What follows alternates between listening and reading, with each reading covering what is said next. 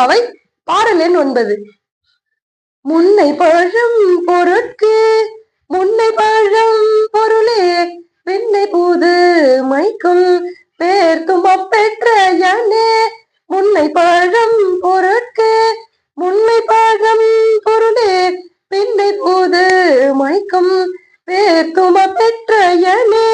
உன்னை பீரானாக பெற்றவும் சீரடியோம் உன்னடியால் பணிவோம் ஆங்கு அவர்க்கே பாங்கவோம் அன்னவரே எம் கண